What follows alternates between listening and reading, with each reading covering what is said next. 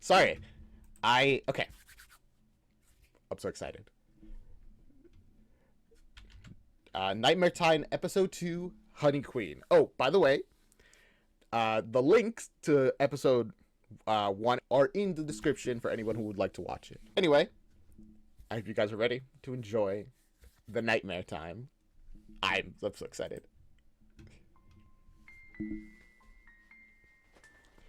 Do, do, do, do, do, do, do. This, I get like such a smile on my face when I hear this, like the sting. Even the lightning bolt, I've like really come around to it. Like before it was kind of like weird and a little goofy, but I really like the lightning like effect. Also, do you think they made like a new intro song, or is it the same as before? The previous one was a banger, so I'm fine either way. Ah, okay. It seems like it's the same one. Oh, the intro itself.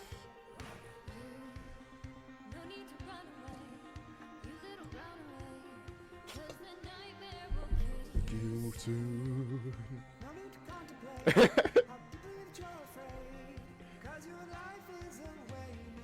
Dude, matter of time, a matter of time.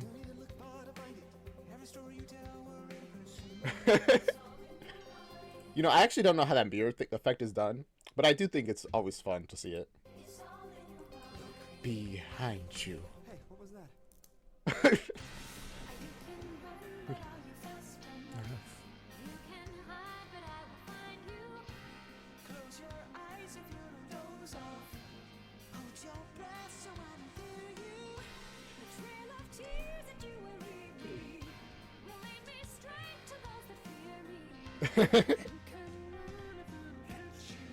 Because the nightmare time.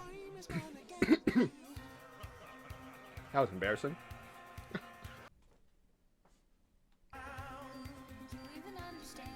The beeping, the beeping. Jingle round's a matter of time, a victimless crime.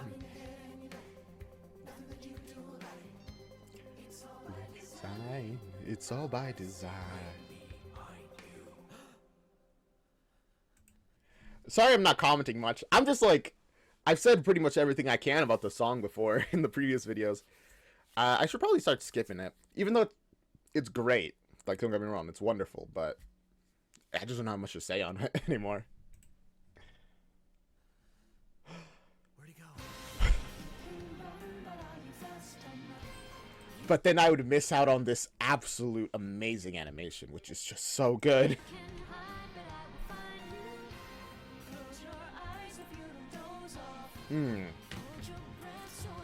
That's it. Straight to those who fear me. Can't run, but I'll fight you. But the nightmare time is gonna get you. The nightmare's gonna get you. Oh, that's new. The nightmare's gonna get you. Although maybe not. The nightmare's gonna get you. Run if I don't catch you. Nightmare Time episode 2. Woo! That's so exciting. Also, is the audio good? Or because I heard some like stuff about the audio being a bit rough. Like that I was really loud while the actual video was like really low. So if anyone in the chat can like tell me about that, I'll figure it. I'll try to solve something.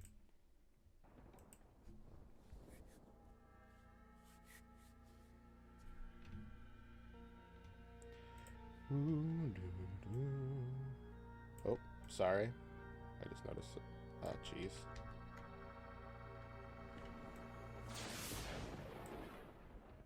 Ladies and gentlemen, welcome to the 75th annual Honey Queen pageant. Oh, it's a pageant. Okay. Also, nice theater. I don't know if this is a specific theater, but it has that look that When I think of theater, this is what I think of in my brain. Ah, see, that's what I was thinking. That's why I'm messing around with the thing, because I realized that it's just completely off. Oh, that's really unfortunate. I'm sorry.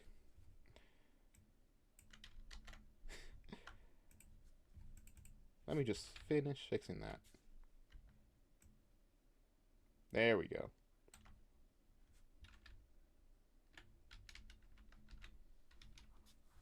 Hey, Lorem. Welcome to the stream. We're watching Nightmare Time. Honey Queen, you fill my heart with sunny things.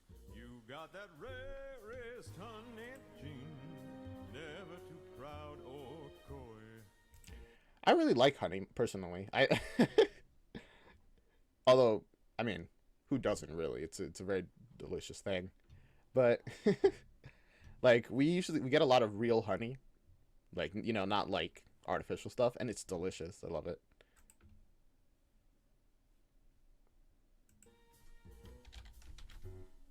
Honey Queen, you are the one who sets the scene.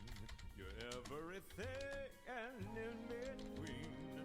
You fill my heart with joy. But Queen, why'd you walk away from me without a care? You're mewing? What, like that, the thing to improve your jaw? All of that stuff is, like, dumb. Oh, what I was gonna say before the stream just suddenly cut out, it seems like, just pretty based on this song, pretty obviously, that, this guy is a little obsessed with whoever this Honey Queen character is. To the point that, and I mean, I guess this sounds, speaking of mewing, sounds like I'm getting major incel behavior here. That they are not, they probably got rejected and did not take it very well. A glimpse of hellish rabid spite. That's right, Honey Queen. Pageants about you certainly. That, like, intense, and then Honey Queen. That drop, I like that. Bounce around in my head like a busy bee.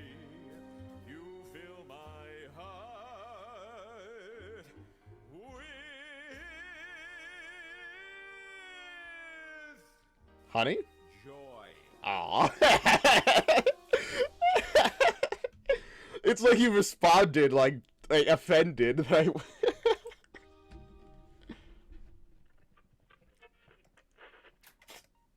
Summer's here, folks. The bees are it, busy it's the guy. in their hives, and yellow is very much in season.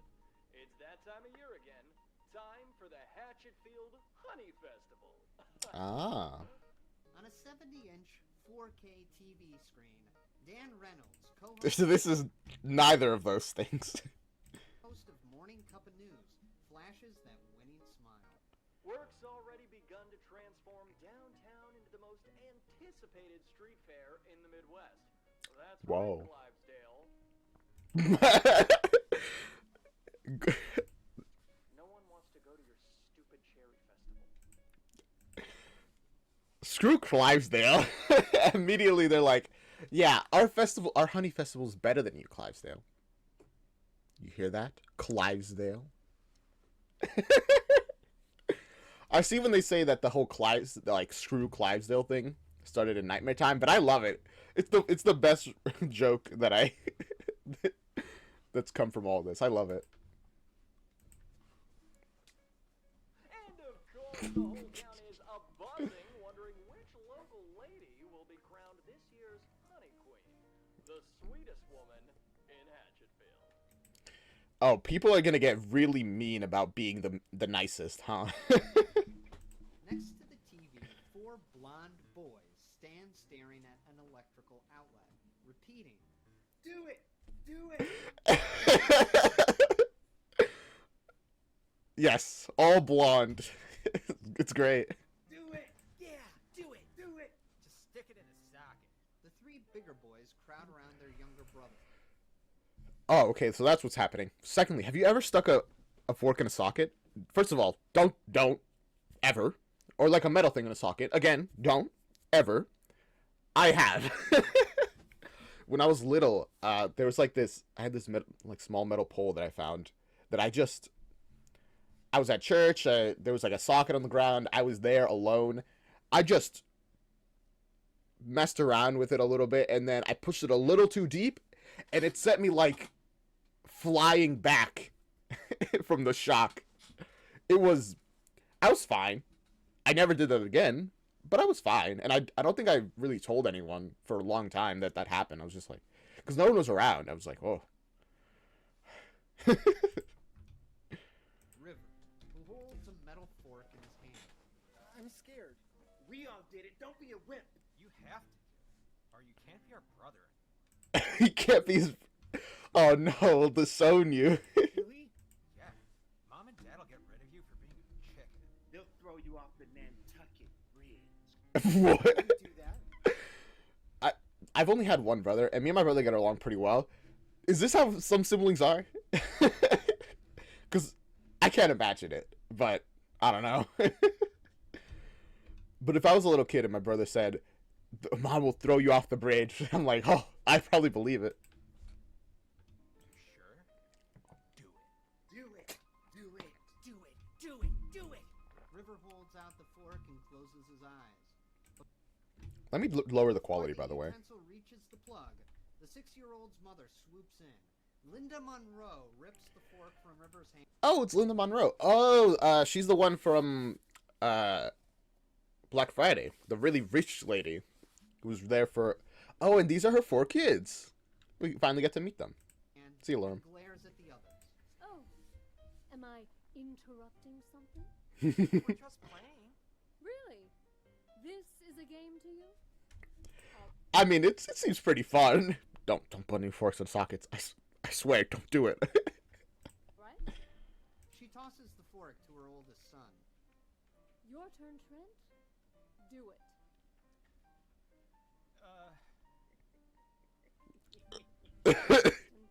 You're already on the shit list. Do it, Trent. No. I hope he doesn't do it. Again, not a good thing to do. Or you can't be my son anymore. Oh, I'm really sorry, Mommy. Excuse me. That's Mrs. Monroe to you from now on. The 3 of you, get in your suits now. he's like, you can't call me mom anymore. A little harsh, but all right. Well, no, there's harsher punishments, I guess. I hate suits. I hate whiners. Move. Later, Growing up, I had to go to a lot of parties, just for various things, and sometimes we'd be forced to wear suits. And at some point, I just accepted I have to wear a suit. I don't like it. I don't care. It's whatever. My brother never got over it. He hates suits to this day because of that. River stands at I understand it, though. the top of the toilet in his parents' bathroom. Linda runs a comb through his blonde hair. They told me if I didn't do it, you'd throw me off the Nantucket Bridge. Well, your brothers are liars, like all men. Say that to your son. All men are liars. Son. My goodness. That's my beautiful boy. Oh, River. You're my favorite. I hope the others know that. She's not a good mother, honestly. Like, yes, it's kind of natural for a mother to have favorites, even if they don't want to admit it, because it's just, they're different people, and you can compare them to each other, so even if you try to be even, eventually you'll still like one a little more than the others. But you shouldn't say that out loud. Mwah. Now, where the hell is your father? In his study, Dr. Gerald Monroe of Inner Beauty Rhino... Gerald! I'm glad we get to know more about this family. Because we've seen various things about them from like very scattered perspectives. In Black Friday, Glinda's like the villain, and we never see Gerald at all. In Nerdy Prudes Must Die, Gerald gets like arrested because they're under suspicions that he's like the murderer.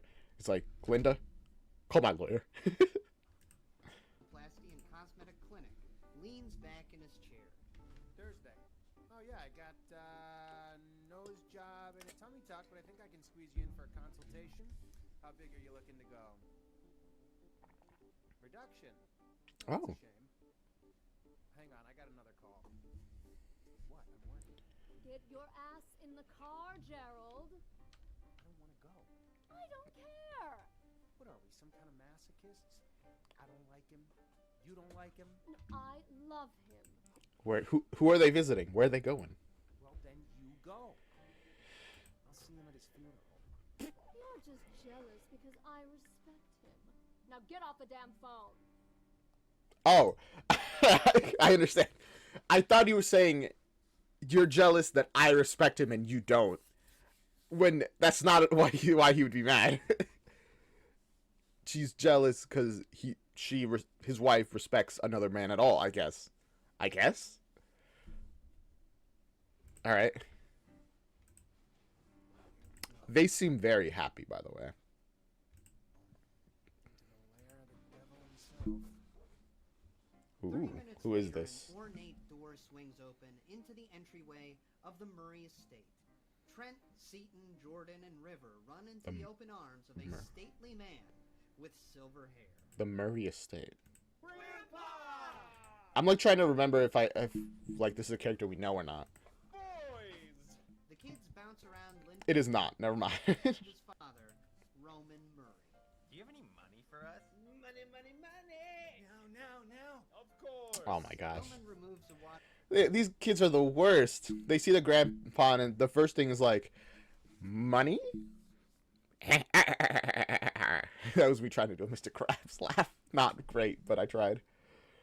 Can't you at least pretend that you just like to see him? You know? Out of hundreds from his pocket and starts doling them out as Linda and Gerald enter, shaking their heads. Don't give them $100 bills. Linda, it's just a bit of pocket change. C10. For you, I You guess. don't get anything, and you know why. We caught him trying to buy a Playboy. Really? Mm-hmm. 200 for you? He's a bad influence, too. Candles flicker in a lavish dining room. Two Oh, courses boy. into the meal, the Monroe boys have lost interest and are wrestling in the adjoining study. River is trapped in a headlock. Roman watches from the table, sipping a brandy. Oh, man. Like, wrestling as a kid, it was... That brings back memories. Again, at church, there was like a room that me and a bunch of people, we would just wrestle. It was fun. Come on, River, defend yourself. Don't be afraid to use your teeth. That's against regulations, and also just rude. That could be getting bitten is very painful. Well, I don't think I've been bitten before. I'm worried about that boy. He has no command, no swagger. At his age, I was hunting nighthawks and getting girlfriends. We don't want him to end up a doughy lump like Gerald. He won't. I'll see to it. I see why Gerald doesn't like this guy. And also, she's just like, yeah, you're right. We don't want him to be like Gerald. Happy relationship, I'm sure. Between Linda and Roman, Gerald is growing increasingly perturbed. You know, Pops, I think you ought to thank Linda for all the work she's been doing on this dinner cruise for the Honey Festival. I think it's gonna elevate the whole event. Blow that goddamn cherry festival right out of the water, huh? Well, as president of the Hatchetfield Boating Society, I wanted to do something special. Paddle boats seem cheap. I had to tear a few new assholes, but I managed to book the SS Valiant. One of Okay, man, listening to high society people speak at all is just like, yeah, those sure are things, I guess. the largest luxury yachts on the Great Lakes. An elegant tour around the island with fine dining and live music. It is going That is actually cool. I have been on like a boat before, like once for like a wedding. It was actually a pretty cool experience. Like if you can go on a boat at any point, at least once, like especially like a big one, it's pretty cool. Uh, that's the only time I've ever been on a boat, but it was nice. Oh, no one told you? The planning committee canceled the dinner cruise. Why? What? We thought about it and figured, what the hell does a dumb boat ride have to do with honey? You didn't put down a deposit, did you? I can get it back. Then no harm, no foul. Hmm. Besides, the cruise would have conflicted with the Honey Queen pageant. What a way to find out! It's just like you could have given her a notice, Yikes. And that is priority number one. Ugh, the Honey Queen. Please. What self-respecting woman is so desperate for validation that she'll parade around like a stripper for the pathetic ingrates of this town? The Honey Queen is the soul of Hatchetfield. I was about to say, Glinda. I get the feeling Glinda's gonna go crazy for trying to be the Honey Queen, despite saying that. And you will show her respect, Piglet. Don't call me that. I hate it when you call me that. What? Piglet? It's your nickname. Ever since you were a little girl. You should have seen her, Gerald. Before her first nose job, she had the cutest little upturned snout. Ah, it's one of those kind of nicknames. Yeah, that's rough. I never had a nickname like that. At least not in my family. In school, I had like very childish bad nicknames, but which for a long time made me just not like people calling me by anything but like my full name. Redikai. And if they would like shorten it to just Red, I'd get annoyed. Eventually I got fine with it, and friends can call me shorten stuff now. But I get her annoyance. Well, maybe not so little. Ha! It's said with love, Piggy. Linda slams the table, springing to her feet. I am a 36-year-old woman, not a fucking barnyard animal. Yeah, see, that's the kind of thing. Like, those kind of nicknames, they're cute, whatever. If you guys are friends, it's fine to say that kind of thing. But, clearly, she's not okay with it, so you shouldn't say it. Oh, boy. The wrestling kids fall silent. Roman stares at his daughter, and a smirk creeps onto his face. Oink, oink, said the angry little piggy, and the farmer said to mock it with you. He thinks he's so clever.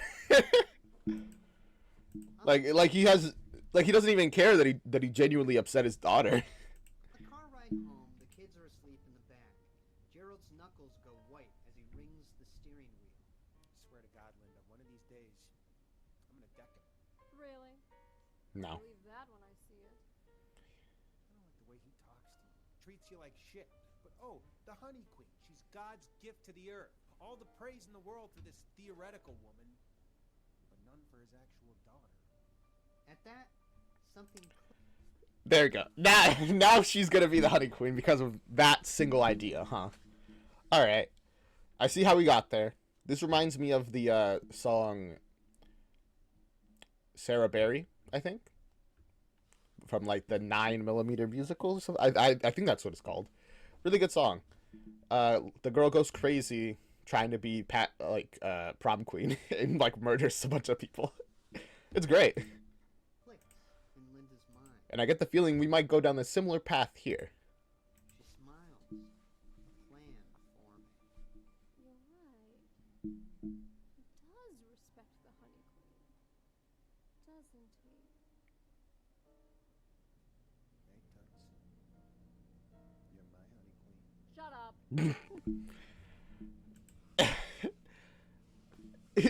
Man, Gerald tries. Poor guy. Days later, Linda pulls her SUV She is not like she's just not taking it at all. parking lot of the Hatchetfield Community Outside, volunteers usher a crowd of women through the process of submitting themselves for the Honey Queen pageant. Linda looks around the room, disgusted. Ugh. Look at all these people with no self-esteem. It's gross. Debasing themselves in this stupid contest. I'm nothing like them. Yeah, you're nothing like them. You're here. Hi. Are you here to sign up for the pageant?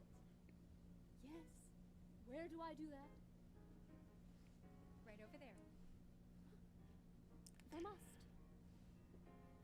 At the sign-in desk, I don't understand why for some people it's so difficult to just be have basic politeness when talking to a person just doing their job. You know, like they're just working. It's really that grinds my gear, but that grinds a lot of people's gears. another volunteer takes down her information. Oh, they're volunteers too? Oh my goodness. Okay. Linda Monroe. And what's your talent? My what? Your talent for the talent portion of the show? Oh, I was like, oh, it's a talent show as well. I had no idea. Don't you have some kind of special skill? Something you're good at? I'm a mother. Just then, I mean, good for you, but also not really a talent. What's happening? Our character Glinda Monroe is signing up for the Honey Queen pageant so that she can earn the respect of her father. I was gonna say my talent is making a mean mac and cheese, so I think I do pretty good. the front doors burst open. Heads turn, jaws drop. All eyes fall on the young woman strutting into the room. In one hand, she holds a bedazzled iPhone. In the other, a Starbucks cup. Lipstick stains lining the lid.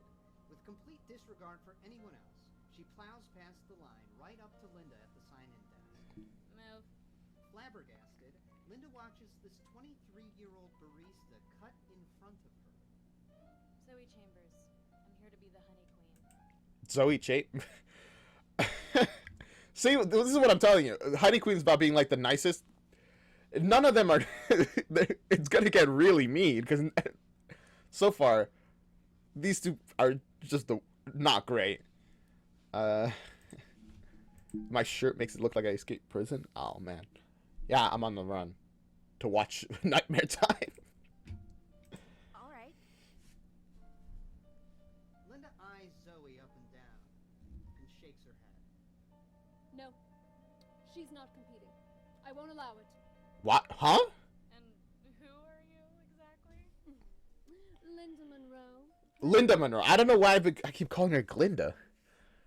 Why do I keep calling her Glinda? And again, actually, I agree with her. Who are you to stop them? Of the Hatchetfield Boating Society. My father, Roman Murray, is senior member of the Honey Festival Planning Committee. He's the head judge of the competition, so don't even bother. So that's how you want to play it. Okay. Listen, lady. I'm the Oh? star actress of the Hatchetfield Community Players, and I didn't get there by being nice. Wait, Zoe. Zoe, that is. Isn't that yeah? In the barista, that's the other barista from, well, one of the other baristas from a guy who didn't like musicals. Is it? I think. I'm pretty sure. I'm pretty sure. You think your daddy is gonna give you a leg up in the pageant? Well, no. Generally, in these kind of situations, having a parent in those positions, they'll just be way stricter on you than anyone else. Well, it certainly won't hurt my chances. It probably really will, actually. Won't it? Because now I know there's a judge I can seduce that you can't. Tramp. Just wanna know why. Look, I don't want to fight you. Because, you know, you should respect your elders. But don't you think you're a little old competition? I'm 36. I'm so sorry. If it makes you feel any better, you're a lot younger than you look.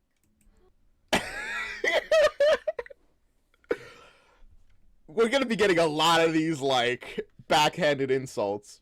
Although that seemed pretty front-handed, to be honest. How dare you? No one speaks to me that way. Aw, you gonna cry, Boomer? Don't fuck with me. L Boomer. I'm your worst nightmare.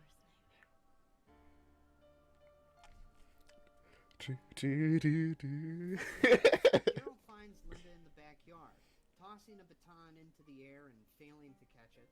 He checks his Rolex. What are you doing out here? It's wine o'clock. Practicing. Why the clock? Now we know that they're middle-aged. Well, they're approaching middle-aged. No, are they? No, 34 is not middle-aged. What's middle-aged? Ah, whatever. For what? The Honey Queen pageant?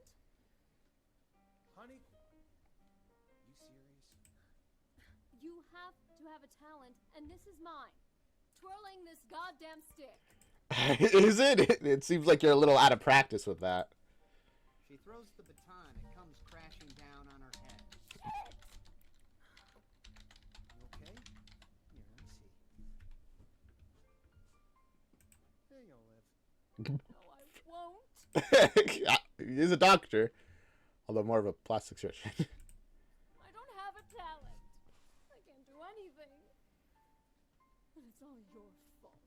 What? You ruined my life. Why is it? How'd I do that, baby? That's what I'm saying. Like, how is it Gerald's fault? Also, he's like, oh yeah, okay, here we go. Never encouraged me. Now I have no skills. I can't even twirl a stick. Gerald grabs his crotch, grinning seductively. Huh? How is that Gerald's okay. A stick for you. Right here. Stop trying to cheer me up. Okay. We're learning a lot about them. And that, Gerald,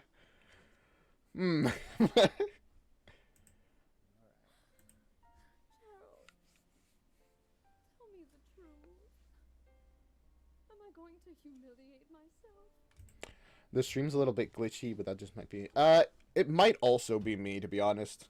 Because when I was looking back before, I did notice there was some issues with the stream, even when it didn't actually disconnect. Not sure if I can really do anything about that, though. I could decrease the quality of the video even more to 360p. Dun dun dun.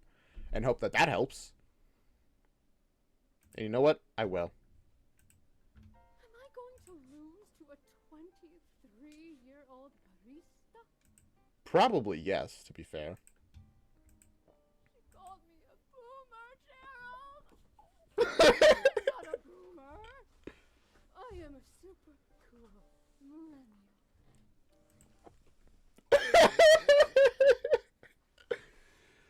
That was the fun. That's the funniest thing I've heard this whole. But also, yeah, we do have there is a tendency to call older people boomers, even though that's just incorrect after a certain point. It's supposed to be a term for a generation of people. But it's also it's really funny that your response is that. It's not fair. I don't even think my dad's going to cheat for me. Hey, you don't need him to cheat for you. You're successful, you're hot as hell, and you're smart. You can cheat for yourself. Cheat for myself? First of all, you know, actually kind of nice. Some nice words from Gerald. But okay, what cheating are we gonna be doing? Skiing competition in college. Remember that uppity snow bunny broad? I'm so cute. I'm gonna win. Remember what you did to her skis? Prove I did anything. The cops sure couldn't. Mm-hmm. I knew right then. You were the woman I would spend the rest of my life with.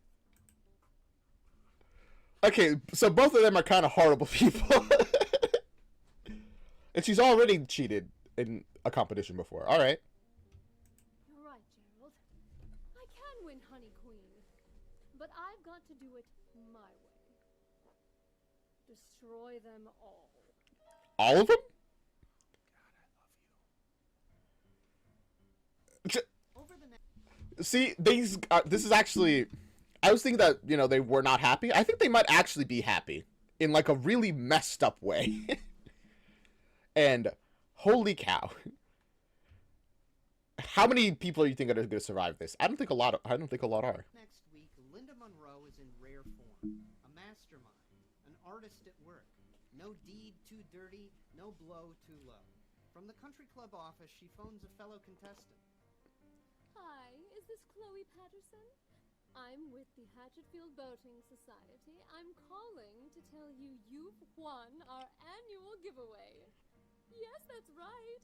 A private, all-expense-paid cruise aboard the SS Valiant, one of the largest luxury yachts Oh. in the Great Lakes. Oh, don't worry. You'll be back in plenty of time for the honey. I see. So I guess she did not refund that boat. Maybe she couldn't, and maybe she was just lying that, oh, okay, yeah, I'll get my deposit back. I've actually lost everything. But again, a pretty smart use of it, actually. Festival. She hangs up and turns to the man seated across the desk. Also, they did say that the boat was going to be at the same time as the other thing, so the fact that she just lied there, they definitely will not be back since it's starting pretty much at the same time. Make sure the trip's longer than expected. A salty old sea captain chomps a corncob pipe and gives a knowing wink. Yar, there be rough waters ahead. I love Jeff Blim's like little captain appearance. It's great. Next day, Martha Wright, another top Honey Queen contender, pleads with her plastic surgeon. You don't understand. I need these collagen injections and I need them now. In his study, Gerald leans back in his chair. Well, Mrs. Wright, I can schedule you for the end of the month. That won't be any good. I missed the pageant.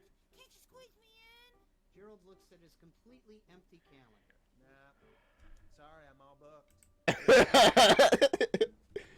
They're getting wow. This is pretty effective. Even Gerald's helping. At an overpriced You know what? I respect it. I respect the hustle. See you, Laura. Linda runs into a few of her closest frenemies, Mary, Judith, and Heather, a.k.a. the biggest gossips in Hatchetfield. Linda, darling. Oh, she's about to spread some nasty rumors, huh? Oh, hello, ladies. I couldn't help but overhear you all discussing the Honey Queen pageant. Well, Judith was just saying that she thinks Liz Cunningham should win. She really is such a dear. And when the judges hear all about her charity work, Liz Cunningham. Interesting. You don't think that would cause a bit of a scandal? what do you mean? They really want the goss for like scandal, huh? The Honey Queen is supposed to be the soul of Hatchetfield. And Liz is Let me guess. Charity is from Clivesdale. from Clydesdale. Is she now? That's all it takes to destroy someone's reputation. They're from Clivesdale. Clivesdale? In a matter of hours, Liz's secret is all town. She's in the supermarket when her husband arrives, strongly encouraging her to drop out of the pageant and go back where she came from. Her husband comforts her as she sobs on the floor. They find out. They're approached by a store clerk. That's all it takes, man. Wow, they really, really hate Clivesdale. You were from Clivesdale? No. Just leave. Get out of here. Go back to where you came, you creature. Excuse me, ma'am. I'm gonna have to ask you to leave. We don't want your business here. I moved here 10 years ago. Once a chemist, always a chemist. Wow. Nah, this is Clivesdale discrimination. Oh, you were born in Clivesdale. You haven't lived there your entire life? Yeah, but you were born in Clivesdale. As they said. Well. Now take your money and get out. That night, Linda sits up in bed, on the line with a friend of a friend. And Amber's job transfer went through? She starts Monday. Oh. Wonderful. She's going to love Dubuque. I just know it. Wow, she's going really hard on this. Revealing truths, getting people their dream jobs, probably. Or at least a job that they wanted. She hangs up and crosses Amber Brady off her list of contestants to get rid of. Goodbye, Miss Brady.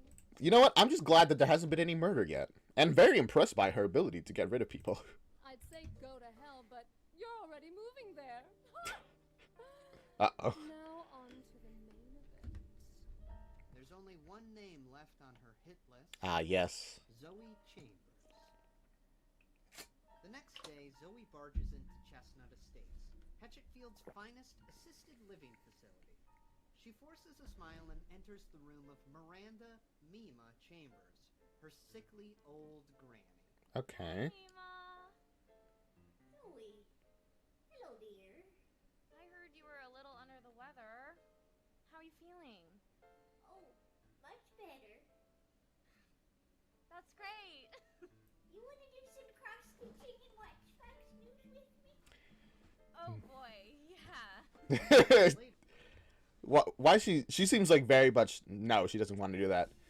Is she just being nice to her grandma, or is she trying to earn some reputation points with the like it's a game, I guess? Zoe half-heartedly fiddles with her needle and thread as Mima asks, Still going to church like a good girl? Every Sunday. Absolutely not. How's your brother, Zachary? Has he found a girlfriend yet? I don't know if that's what he's looking for, if you know what I mean. Considering you saying that to your grandma who wants you to go to church, probably not the best option thing to say. I don't know. Everyone else knows. I don't know why he's keeping it from you. You're so open-minded. Mima mutes Fox News, looking... Uh-oh. Keeping what from me? Did you come here just to, like, reveal this secret about your brother? Well, no, she brought it up, so I don't know. Josh have been roommates for a really long time. Haven't they, Mima? Outside, Zoe tries to rub off the stink of old people with copious amounts of hand sanitizer. Her phone buzzes. That old people smell of, like, the homes is terrible. I'm so glad my grandparents' house doesn't smell like that, but that's because a lot of people visit them. Like, a lot. It's her brother, Zach. Zoe, what the hell? Mima's cutting me out of her will? Did you say something to her? I don't know what you're talking about, Zach. So that's why so I was right. She did go there to reveal the truth. Whew. Grandmother, you greedy snake? Maybe this is karma for stealing Josh from me. Bye. She hangs up just as a police car screeches into the parking lot. Interesting. It swerves to a stop in front of Zoe, and the Oh. passenger seat window rolls down. Inside, Officer Sam Sweetley, Zoe's boyfriend, lowers his aviator sunglasses. This is the one who's cheating with what's his name's wife, isn't it? Like Paul's boss. So how's Grandma? Ugh, better. God damn it. She hops in as Sam revs the engine. I don't know why you bother. You think I like coming here? The old dad's loaded. Just drive. Okay. I mean, on one hand, it is good to visit your grandparents. Like, I love my grandparents. We visit them semi-regularly. My mom visits them, like, every week. And other family, they give a lot of visits, is what I'm saying.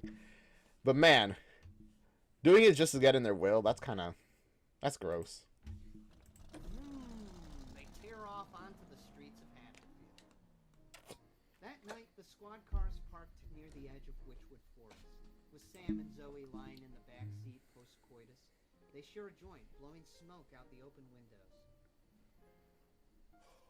Oh, that's good shit. What's it called again? Perky's Buds. This loser I used to work with hooked me up. Perky's Buds? Okay. You know, every woman who's ever won this pageant got out of Hatchetfield and never looked back. Really? Bigger and better. That's very impressive. I didn't know being Honey Queen would elevate your status in life in general. That's gonna be me. You're gonna light up Broadway, Zoe. Honey Queen. That's my ticket out of this one-horse, podon piece of shit motherfucking town. You're taking me with you, right? You're funny. Let me hold your gun again.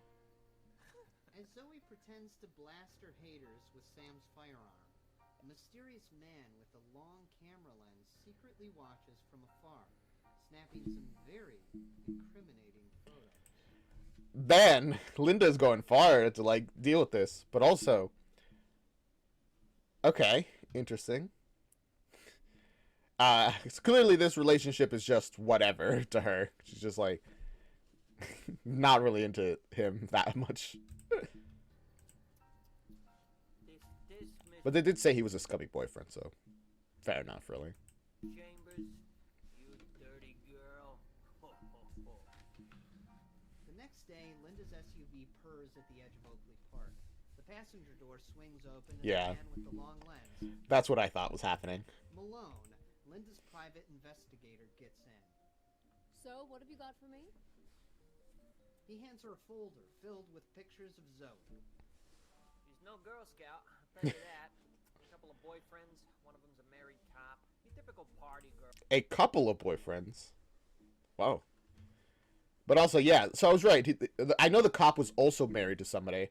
And that's the wife that we see, again, in The Guy Who Didn't Like Musicals. The one who got her, like, stomach ripped out. Girl with an attitude. But here is the kicker. Her silver-haired granny thinks she's an angel. Linda flips through the photos. Satisfied, she hands Malone an envelope of cash. I can work with that. Thank you, Malone. Now get out. You smell like a urinal fucked in ashtray. As he opens the door, It's like, whoa, why'd you have to say that? Hey, there's some candy in the crack of this seat here. You gonna eat it, or, Ew. he happily fishes out some peppermints and pops them into his mouth. Ew. Good luck in the competition. I'm rooting for you. Eh? He burps and rolls outside. From his car seat in the back, River calls up to Linda. In that short amount of time, they've really managed to show how disgusting this guy is. But maybe he's just doing it to annoy her. I can see it both ways. Mommy, why did you pay that stinky man? Secrets, River. Everyone has them. Secrets. Like when you wrestled the tennis coach. That's right, dear. Again, horrible. And you're Mommy's little secret keeper, aren't you? Damn straight. As night falls, Okay. Zoe rolls into the lobby of the Starlight Theater. A pageant volunteer runs up to her, nervously. You're late for rehearsal. Rehearsal starts when I get here. I don't know if that's gonna fly with the new volunteer director. He's a real hard ass. Inside the theater, Linda sits with the rest The volunteer director, who's that? of the Honey Queen contestants. On stage, the volunteer director, Professor Henry Hidden. Yes! All right, ladies, it's him. I'm so happy. this is your pageant, your moment in the spotlight. But it's also my directorial debut, and I'm not going to let you ruin it. The show begins with a spotlight on me, the master of ceremonies. I'm so glad he got his debut, but also, it's you know what? I'm just happy for him. Good luck with that. I warm up the crowd with a bit of banter. I sing the Honey Queen song. queens is on their feet cheering my name. Then you girls come out and whatever. But this is very important. I want the eventual winner to be placed directly to my right. So, is Zoe here yet? Zoe, they've already decided that Zoe's the winner, huh? Yes. I mean, good for her, I guess. Well, no, not good for her at all, actually. Not good for her at all. Right here, Hedge. Then we're ready to begin from the top. Oh, never mind. They were just okay. Right. Rehearsal, the contestants gather their things and head for the parking lot. Storm clouds gather in the night sky. Zoe slides out the back door into the alley. Linda runs to catch up. Oh, Sorry, I'm gonna do a little stretch. Just Zoe, What? I just wanted to say that you really impressed me in rehearsal today. Yeah. And? I didn't realize you had such a lovely voice. You're quite a talent, and you fight for what you want. I respect that. Thanks. For a mom, you're in pretty good shape. all right. She's like, okay, weird that you're just nice to me now when you were very much not the first time we met. But she still couldn't give more than a backhanded compliment. I respect that. Then, here we are, standing in mutual respect of each other. I have to admit, you may very well deserve to win. That's why it's such a shame you're dropping out. Ah, okay. I was like, where's this leading up to? What? From her bag, Linda removes the folder of incriminating photos. She tosses it to Zoe. Take a look at this. Oh, go ahead, keep it. I have plenty of copies. Zoe leafs through the stack, trying not to look shaken. Okay. Yeah, she's like, oh yeah, and Pictures of me. So what? I look good in these. I might even gram this one. Oof. I mean, you know what? That would have convinced me that she's not shaken at all, but clearly. Funny you should mention Gram. Your Mima? That's what you call your grandmother, right? I wonder what she would think if she found out about your behavior. Well, that is a married man in that photo, isn't it? And what are you smoking? Linda, please, you can't tell my poor Mima. Yeah, I'll get written out of the inheritance and stuff. I know I've done some bad things, but I am trying to be better. I really am. Oh, you gonna cry, Zuma? Throwing the words right back at her. You don't understand. She has a weak heart. I'm begging you, if you show her these pictures, it would kill her. And you'd love that, wouldn't you? You are now the sole benefactor in her will. Well, don't you Linda's too good at this game to be convinced by your, like, acting. worry about poor Mima's heart. Some of my friends at the Historical Society have set up a special fund. She is a town treasure, after all. The first woman to swim the Nantucket Channel. We're going to make sure she gets the best possible care.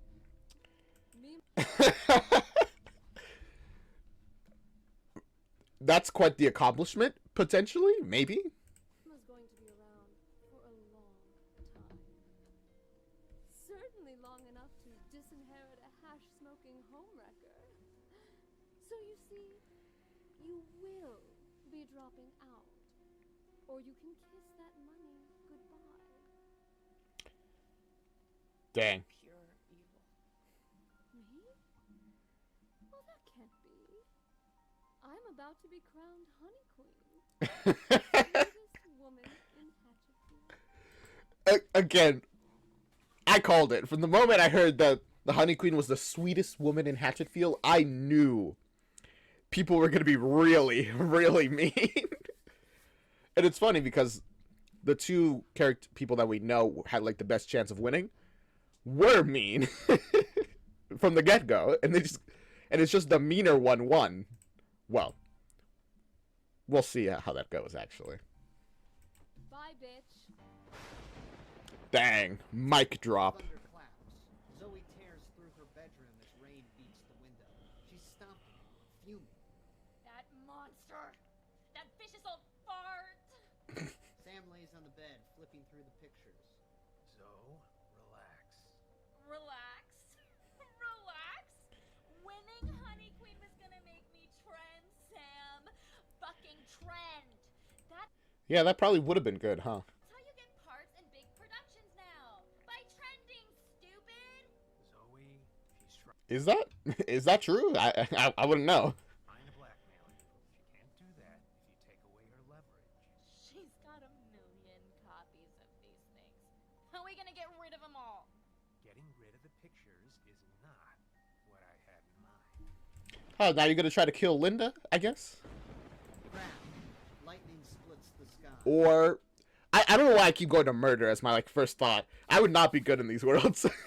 Because I'd be like, alright, gotta kill him, I guess.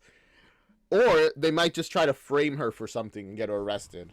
Back at Chestnut Estates, Sam holds up his badge for the caregiver at the front desk. Hi, Officer Sam Sweetley. I need to have a word with Miranda Chambers regarding an ongoing investigation. I know it's past visiting hours, but, I'm a cop. Electric blue fills I'm a cop. Oh, are they gonna kill the grandma? the old woman's room. The door creaks open. Sam stands at the foot of the bed, smiling down at the sleeping granny. Hey there, Mima. Don't get up. I'm just gonna have a little look at your chart here. From a plastic bin bolted to the baseboard, Sam retrieves Mima's list of prescribed pills. Oh no, Mima. They're gonna kill her. That is a lot of medications. It'd be a shame if things got a little mixed up. Thunder rolls as Sam starts to change the recommended dosage for all of Mima's medications. I mean, I would like to believe that somebody would notice, right? But then again, I don't know. No, I think so, because I feel like you have to be like I'm pretty sure you have to be well trained to actually administer like certain like medications. But then again, I don't know. I don't know anything. Maybe they just go buy whatever's on the thing, and if it's suspicious amount, they're like, well, that's what it says, so I guess I will. Stamp! The next day, Linda slams her foot in frustration. Stop! Stop! Her pianist abruptly ends the musical accompaniment. All right. Sweaty and flushed, Linda leans on a ballet bar in one of the Starlight Theater's rehearsal rooms, catching her breath. Knowing her act could use some work, she's brought in professional help. She turns to the choreographer she flew in from New York. Trevor, the choreography is still too complicated. She's trying, man, she's spending a lot of money to make up for her desire to not practice, huh? Make it simpler. Simple and sexy. Linda, if it were any simpler, you'd be sitting down. I'm not opposed to that. Wait a minute. Her ears prick up. Faint music bleeds through the rehearsal room walls. Do you hear that? What is that? I don't know. Sounds good. Does sound good. She slaps him for complimenting the competition. Man, that's abuse. Get out. Linda stomps down the hall and throws open the doors to the main theater. On stage, Zoe's song for the pageant ends with a big finish. In the audience, a small crowd of volunteers and stagehands leap to their feet, applauding. Bravo, Zoe, bravo!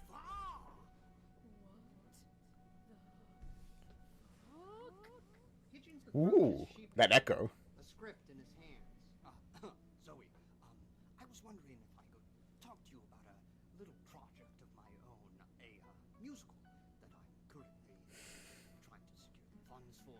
It's mainly a male cast, but there is a juicy supporting role that you might be right for. Zoe glances he really wants to get Also, this is not the actor of Higgins normally. I didn't comment on it before, but it's like it's becoming increasingly noticeable to me. It's like this is a different person. But anyway, he really wants to get that musical going, and honestly, I don't blame him. I want to hear it. I want a full production of Working Boys. Down at the manuscript. Working boys? I don't do bit parts. Change it to working girls and we'll talk. Linda steps onto the stage. Rude. Higgins scurries away. What was that little performance for? I know it wasn't for the pageant next week. Actually, Linda, it is. Did you like it? No, but I hope you did, because it's going to cost you. Linda, could you give your toxic energy to yourself today? I'm grieving. My Mima, she passed away last night. No. She went peacefully in her sleep, thank God. She's pretty good at acting. Like we know for a fact that she and her boyfriend set that up. But wow. It's so sad. I'll just have to console myself with my inheritance money, all $10,000 of it. Fuck yeah! You know what? I thought it'd be more, but also 10,000 is still great. Don't get me wrong, but I thought it'd be more. 10,000? God, you're cheap. No, I think not. You're talking to a girl who only needs 2 roommates now. I'm gonna live it up. I'm gonna buy myself a Switch, bitch. 2024, $10,000. Woo! I only need 2 roommates. That's sad. Now, if you'll excuse me, we're gonna run the song again. Enraged, Linda turns on her heels and makes for the exit. And Linda, thanks for the pics. They really are blowing up on Insta. That's it. Now the gloves come off. Now it's time to actually murder someone, I think. Maybe? I don't know why I'm so like committed to, yeah, they're gonna kill somebody, but I just feel it. I feel it in my heart. It's Hatchetfield. People go missing every day. An SUV pulls up to a homeless man sitting on the sidewalk. The car's window rolls down and Linda glares at him. Hey, you want some money? Spare change for the homeless? You're going to It's- work for a change. It's him. I can't get over. Oh no. At least in this timeline, he didn't get beat to death in an alleyway. But I get the feeling it might not go much better. Don't get in. Just follow the car. The SUV peels off, and the homeless man hurries after. Spare change for the homeless. Later, Gerald walks into Zoe's place of employment, a local coffee shop called Beans. He holds the door open for the homeless man, who has his face shaved, his hair coiffed, and wears a stylish designer suit. Gerald rushes to the front counter. Behind it is Zoe, What's the plan here? swiping away at her phone. Excuse me, miss. We need a table. Then sit at one. I'm busy. Oh, no, I know you don't get it. We're wondering if we could rope off that table in the corner. Mr. Broadley likes his privacy. Gerald motions to the homeless man in his fancy disguise. He doesn't want people coming up to him giving him unsolicited headshots and resumes. Why would they do that? Oh, well, he's a casting director. One of the biggest in New York City. A casting director? In Hatchetfield? Just for the Honey Festival. I think I see the the idea. I think? Actually, you know what? I'm not sure. He's got a mansion out in Starry Cove, but he likes to come to quaint little coffee shops when he casts. We're going through the audition tapes, but we can't seem to find the right girl for the lead of this new Broadway show. They send us all these sopranos, but what we really need is a belter. Someone who can belt. And she doesn't think that this is particularly. I mean, I guess why would she think this is suspicious? She doesn't know Gerald. She might just think he's really lucky. For hours on end. If only the right girl would just appear, we'd snatch her up and take her away from all this. We're gonna be here a while, coffee? Sure. She dumps the pot she's been serving from. Not this. I spat in this. As she You should not have told them that. starts to brew a new pot, Gerald flashes her a smile. Thanks. You've been really helpful. You're a pleasure to work with. And you've got a great look. Huh. Gerald notices a nearby tip jar. He reads the small sign beside it. Tip for a song. I see. Okay. Like, I get the idea. Like, you know, take her away. Is the plan to convince her to go with them, and then they just murder her? Like, or just leave her really far away from Hatchetfield? Again, I don't know why I keep saying murder her. It's funny. Here you go. Gerald drops $1 in the jar. Then, grinning wickedly, he takes a seat next to the homeless man. Zoe watches him with stars in her eyes. She's been waiting for a moment like this her entire life. A chance to impress a real live casting director. She takes a deep breath. Come on. Alright, Zoe. You can do this. I'm not throwing away my shot. Love that Hamilton reference. Later, music blares over the cafe's sound system. Gerald and the homeless man look up to see Zoe leap over the counter and start to sing. Oh! We got the song here. I'm excited. Coffee, I'm your coffee gal. If you're looking to spice up your drink, caramel or toffee, I'm your coffee pal. If you're looking for something sweet, no shame in a lot of sugar. They expanded the black coffee song. Ton of cream. Well, the poison coffee song. Ask for all the pumps you want. You could end up with a fix of your dreams. I'm the latte you asked about. I can fix you up with the stuff. I mean, to be fair, in a situation like this, I guess you would go as hard as you can, because man, is she going hard.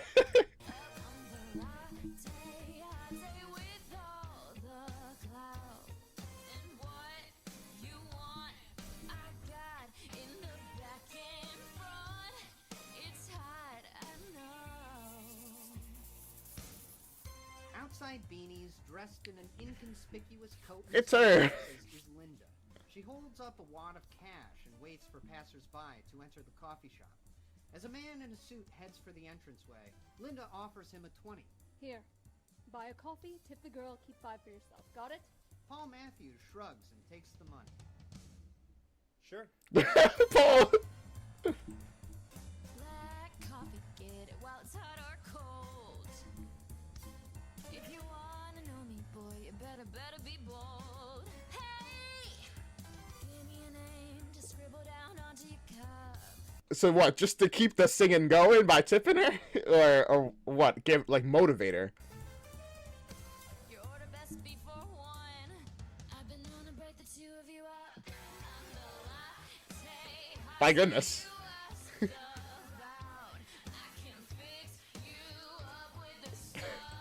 My first thought is, man, she's just closing the door on your face. It's just like smacking you. Sorry.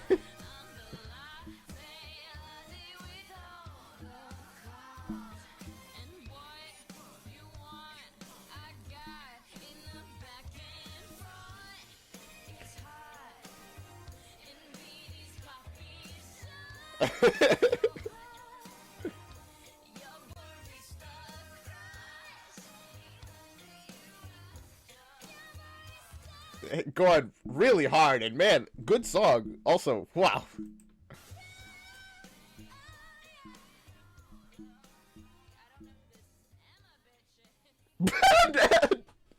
No, don't insult Emma.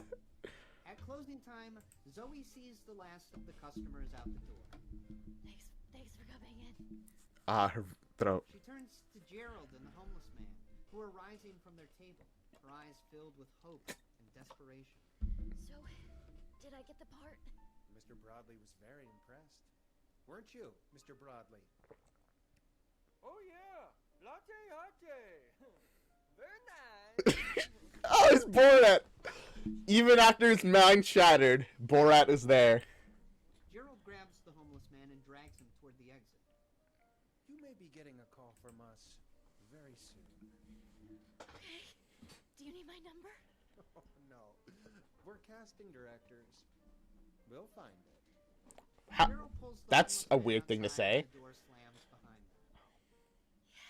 them. Across the street, She destroyed her voice. But honestly, the whole casting director. I was about to say the whole casting director thing kind of seemed pointless. If they just make her, but I guess the point of it is that by making the donations and making her sing as much as they can, she goes hard and ruins her voice for the actual like competition, which is a much smarter, less homicidal plan than what I was thinking of. Linda watches Zoe celebrate through a pair of binoculars. Zoe, the pageant's tomorrow night. Shouldn't you be taking care of your voice? Dang. The next morning, Zoe emerges from her bedroom. She rubs sleep from her eyes and plods toward the apartment's singular bathroom. The toilet flushes and her roommate, Haley, walks out holding her stomach. Again, a smart but like messed up plan. Morning, Zoe. Sorry it stinks in there. I can't stop dumping ass. Good luck at that pageant tonight. Zoe responds with a croaking, Thanks. her eyes go wide. Her hands go to her throat. Her ultimate trump card, her voice, is gone. Ruh-roh. Oh, shit. That's what I'm saying, but more politely. That night, thousands of citizens fill Main Street for the town's most anticipated event of the year. Live music and sweet smells fill the air. I'm kind of curious how this is going to end now, you know? Strands of twinkling lights shine down on 100 local vendors. The Hatchetfield Honey Festival is in full swing. Sorry. At the corner of I hit the mic. Sorry. Because the reason I'm like wondering how it's going to end is because obviously, you know, we got that. Linda has pretty much set this up perfectly. She got rid of all the major competition. Her only other rival, which she couldn't get to like leave manually, is now has shot her voice. How's it gonna end? I feel like a random other person is gonna win, personally. and third, a crowd streams into the historic Starlight Theater for the night's main event, the Honey Queen pageant. Inside, people file into their seats noisily. Near the front of the house, Gerald sits with his 4 boys. The eldest, Trent, obnoxiously kicks the seat in front of him. The man sitting there turns around, glaring. Stop that! And what, the parents aren't gonna do anything about it? Oh my god, I hate that. He notices the boy's father flipping through the program. Are you going to do something about this? He's kicking your seat. You do something. His voice would make me think of the nerd, which I think is intentional. Unbelievable. The man turns back around and Trent gives him another hard kick. River tugs his dad's sleeve. Dad, is Mom gonna win? Are you kidding? It's Mom. Who could stop her? A figure appears next to Literally, who could stop her? Gerald's seat. He looks up to find Roman Murray scowling down at him. Hey, Roman. Gerald, a word, if you will. Yes, Roman? Our list of contestants has dwindled significantly. Some deserving women have dropped out, moved from town. One is on a yacht in the middle of the goddamn Caribbean. I don't know what I mean, good for her. you are up to, but I will not see the dignity of this pageant tarnished by anyone. I will be fair in my judgment tonight. Linda will get no special treatment from me. When is she ever? Insolence. She'd better not embarrass herself. Or me. Watching your... My goodness.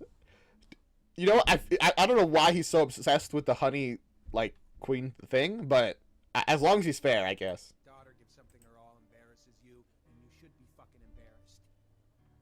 Enjoy the show. Gerald, you are brutish and vulgar. Yeah, I'm yours, old man. stage is abuzz as I respect Gerald for that, honestly. That's his wife. contestants crisscross between dressing rooms, setting their props, finishing their makeup. Higgins rushes by, more antsy than anyone. Oh, all right, everyone. Curtain at 5, curtain at 5. At a mirror lined with huge round light bulbs, Zoe chugs the last of her tea and chases it with a shot of lemon juice.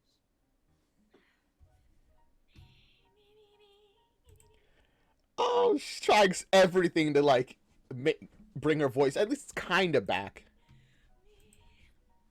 She throws her mug across the change room.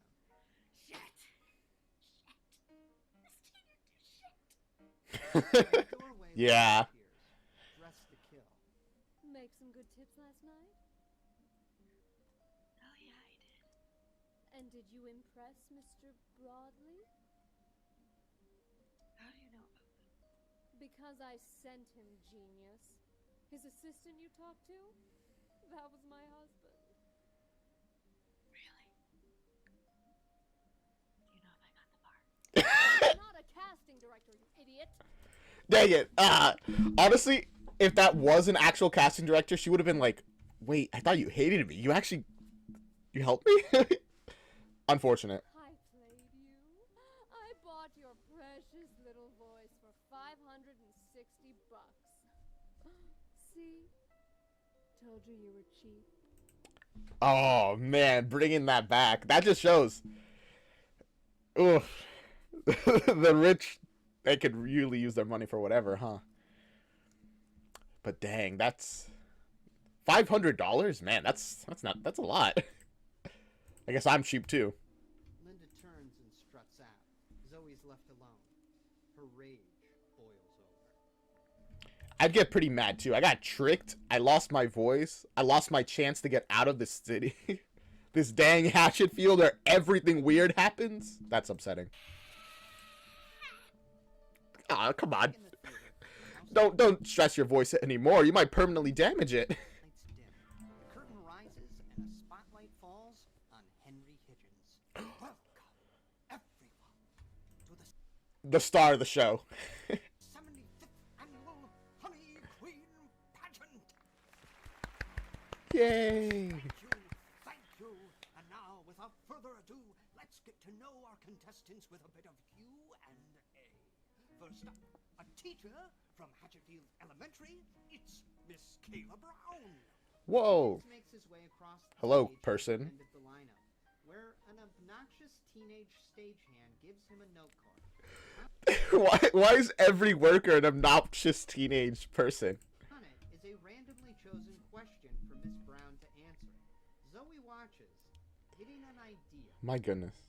While the crowd's focused on Higgins questioning Kayla, Zoe slips backstage and approaches the teen volunteer.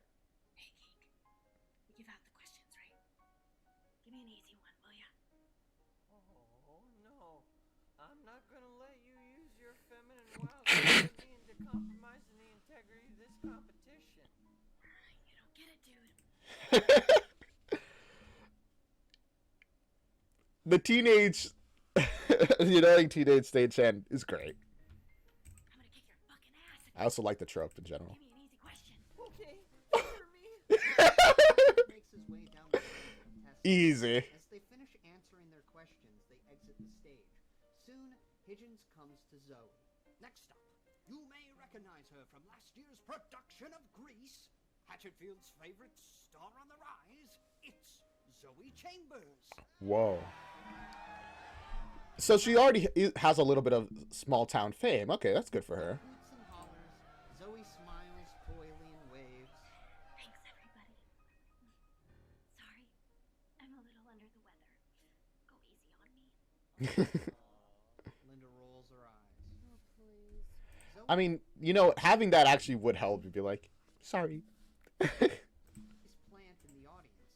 Sam shouts out, We think you sound sexy. Thanks. That's really sweet. Now, Zoe, are you ready for your Her boyfriend is her plant? I mean, alright. People will know, I think. randomly chosen question? I hope so. the obnoxious teen hands Zoe's question to Higgins. Remember, there is no wrong answer. We just want to get to know the real you. The question's gonna be like, do you hate puppies? Zoe, There's one right answer. Go on. if you could go anywhere in the world, where would you go? Easy. I wouldn't go anywhere.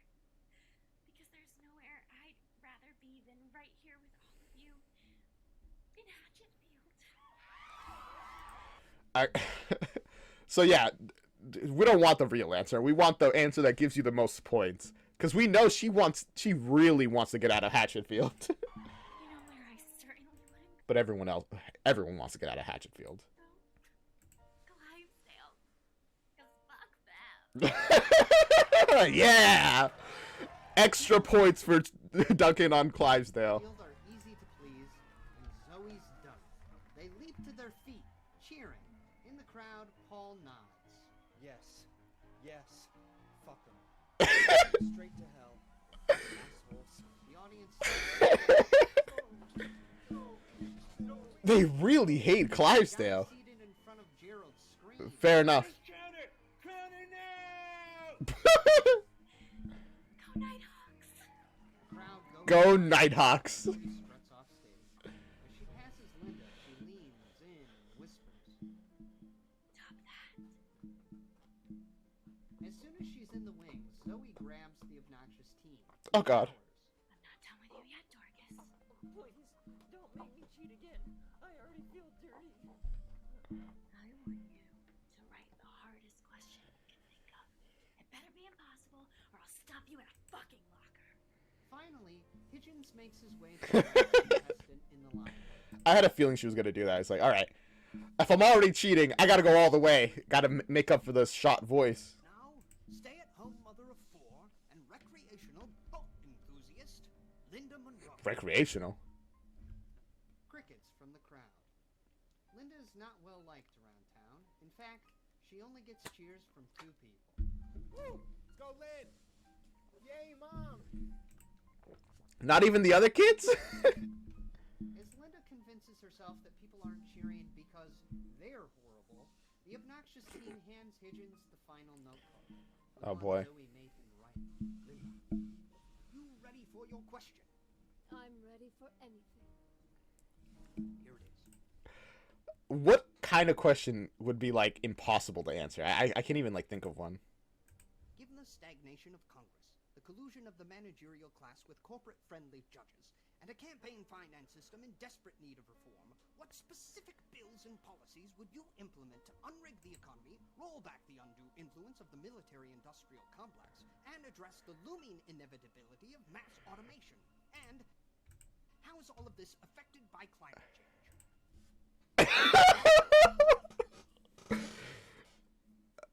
Yeah, that's a toughie, huh?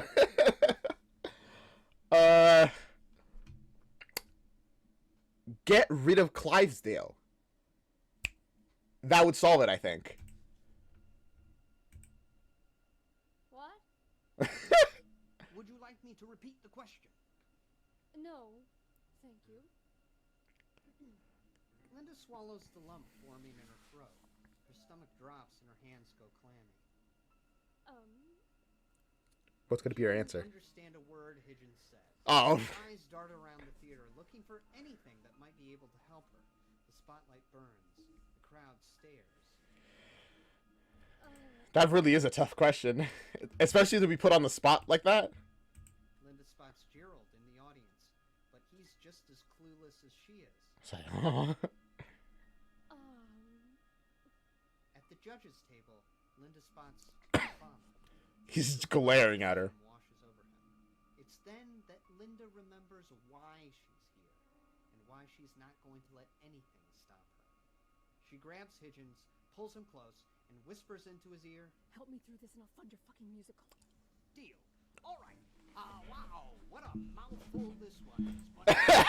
Immediately he's like, damn, you got me. I'm convinced. It's really not as complicated as it seems. Basically, all it's asking is, what would you do to make society a little more fair? Lots of popular ideas floating around, like have the rich pay their fair share of taxes. Not on your life, socialist. Let's narrow our focus to Oh just boy. Hatchetfield. What's one thing that could be done to make our town a little better? I know I, for one, can't stand those potholes on Main Street. There are no wrong answers. Just one simple thing you'd like to see fixed.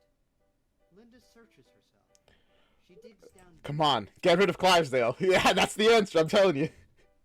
And there it is. The perfect answer. The only answer. It's gonna be bad, isn't it? Okay.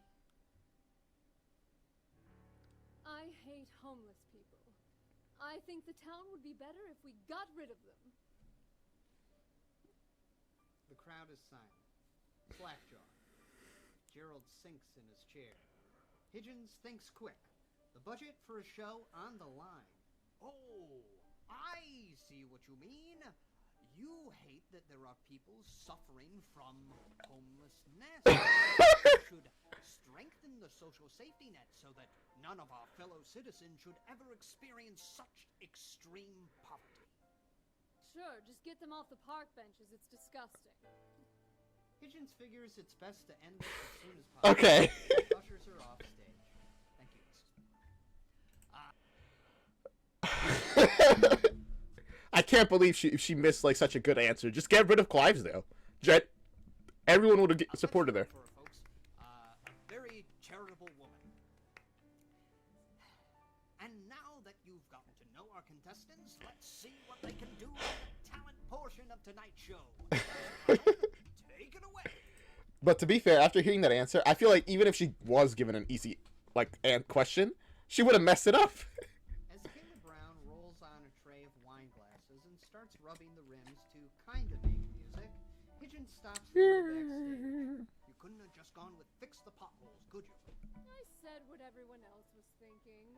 Oh, what do you say we start hashing out a budget? Literally, you said what no one else was thinking. Working boys.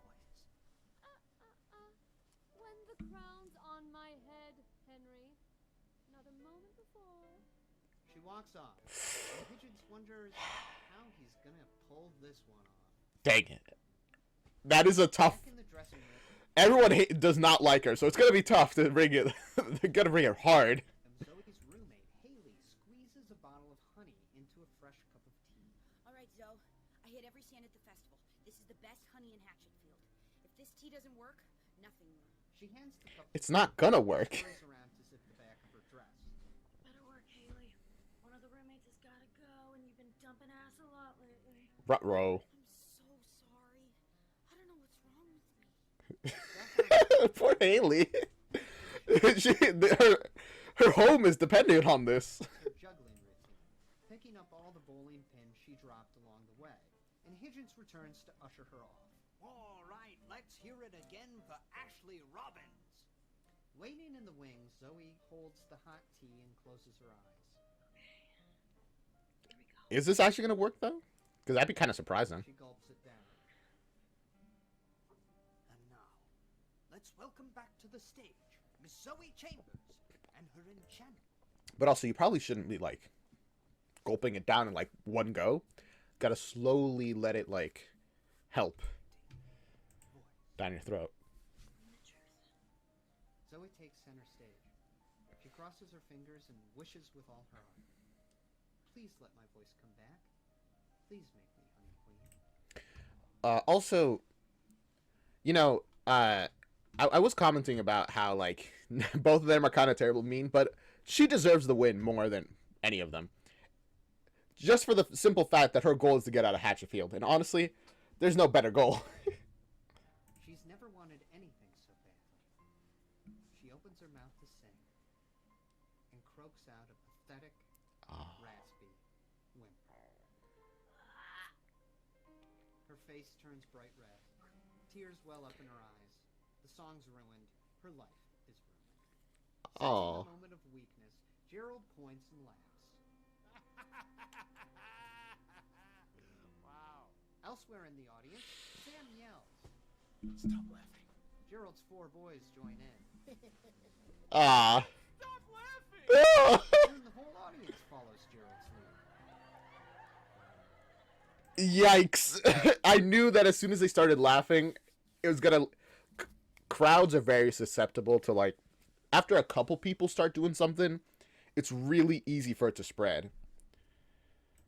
Pigeon spots the opportunity to take out Linda's main competition and one-ups the laughter. Boo! Boo! No, Hitchens!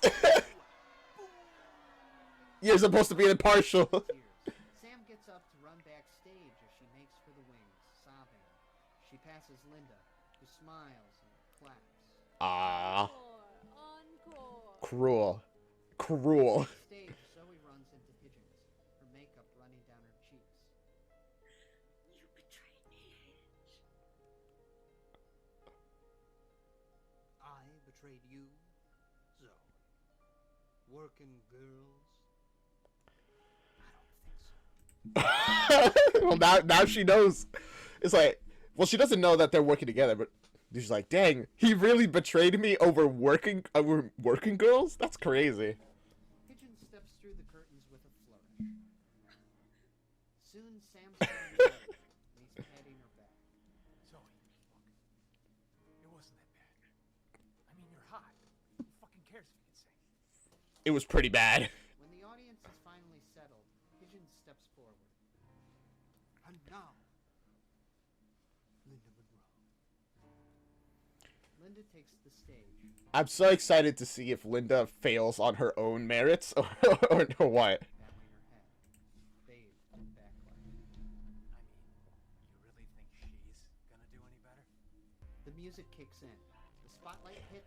Well, now they just said that, yes, I do think they're gonna do better. Linda's head pops up, and she sings. Welcome to me, you worker bee. I'll show you around the Linda Monroe colony, where you're working to satisfy my every need. Only way to guarantee the Whoa. longevity of the species. You want it, you got it. That's the leadership I provide it. Keep yourself from getting too excited, cause once I'm through with you, you're uninvited. You thirsty? No mercy, I'm the deserving, unforgiving, I'm the Honestly, this kind of goes hard.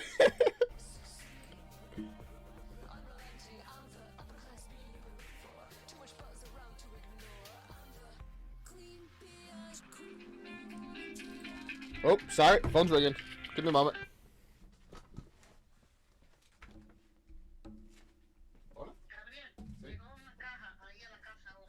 Oh, okay.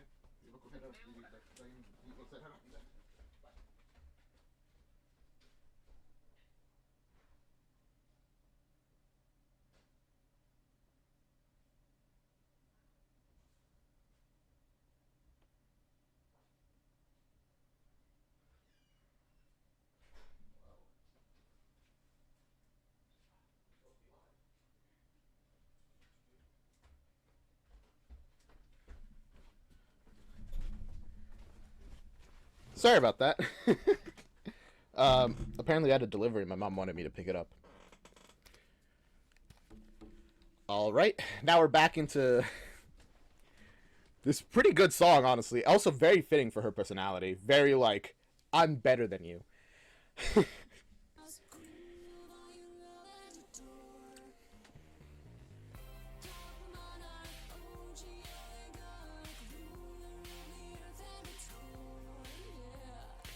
for me, my babies. The time has come for you to show your loyalty. I brought you in this bourgeoisie society, but I can take you out just as easily. I sold it, you bought it. Y'all built this throne for me to flaunt it. Now bring me the honey I've been looking for, or I'll use you to wipe the 2K per day is what I lay. Talking about the haters I lay on Destro way. The setting and like the scenes are also really good. Also, the pink, like it was like black and white and now it's pink.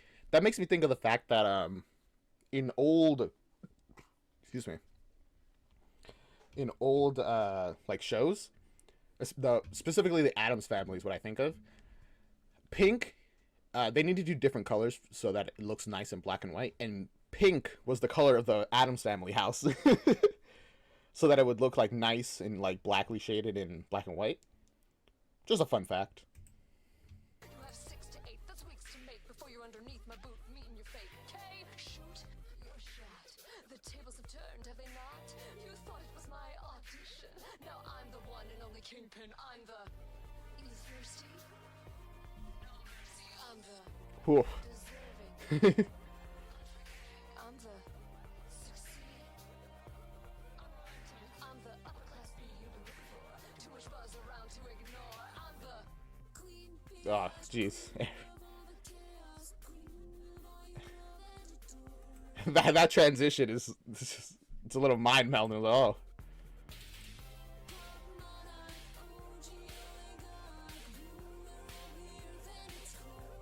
Do do.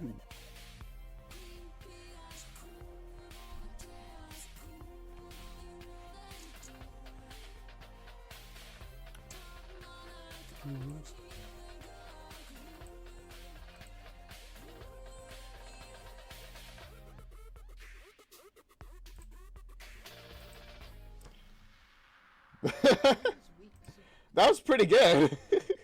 Preparation, the private lessons, the expensive choreographer, they all pay off.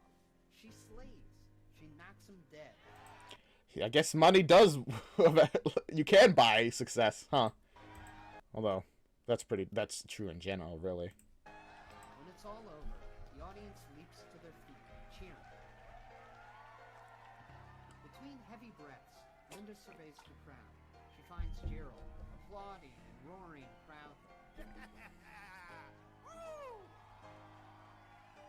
What a number! What a talent! At the judges' table, Linda even spots her father, giving a soft, slow clap. He's impressed. Zoe watches from the wings, her mouth hanging open. You know, fuck this whole thing. Get trending some other way. We'll get you a Twitch channel. You'll play Minecraft in a bikini.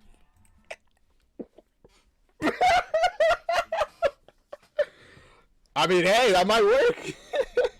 Linda nods to her husband, and Zoe follows her. Or maybe use the new the new meta.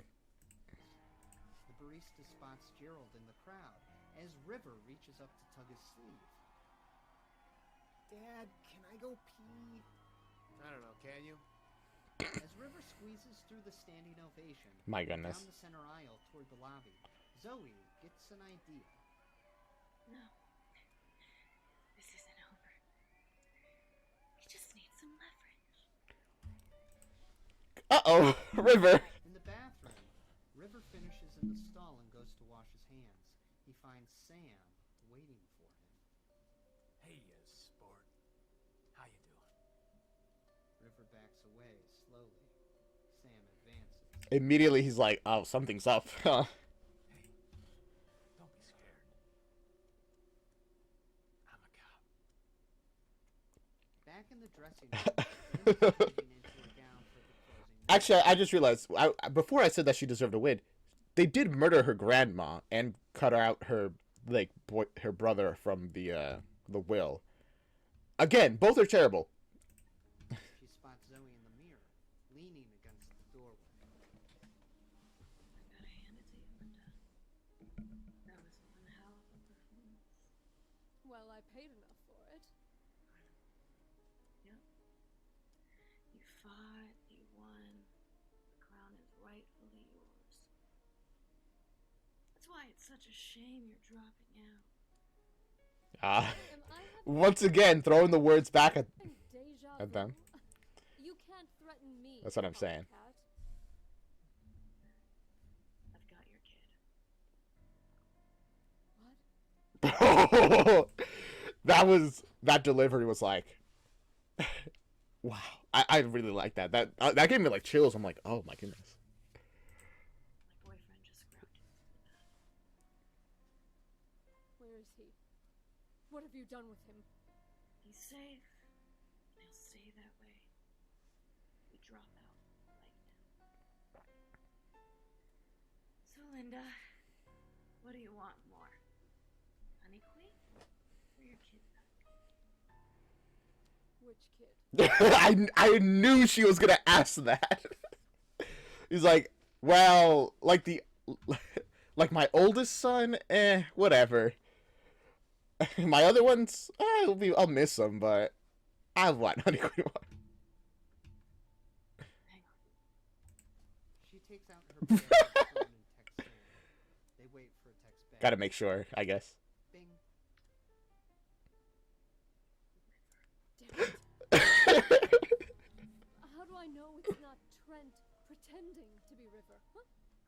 That'd be just like him.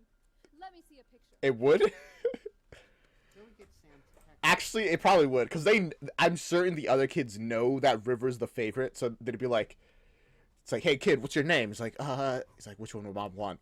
River. She holds it out for Linda to inspect. She sees River trapped in the back of a squad car. The neon lights of the Starlight's marquee shine through the window. They're in the parking lot. Linda tries to distract Zoe as she inches her hand across the makeup counter. You're crossing a line, Zoe. Everything I've done has been deceitful and underhanded, but kidnapping? You're never going to get away with this. I was thinking the same thing. She really is not. How could you possibly get away with this? Like, how? That's where you're going. My boyfriend? He's a cop. He can make your son disappear. And the rest of the force will just look the other way. I wish I would say not true, but probably true. So what should I tell Sam? To let the kid go? Or to throw him off the Nantucket Bridge? At last. I love the way they bring back all those previous statements.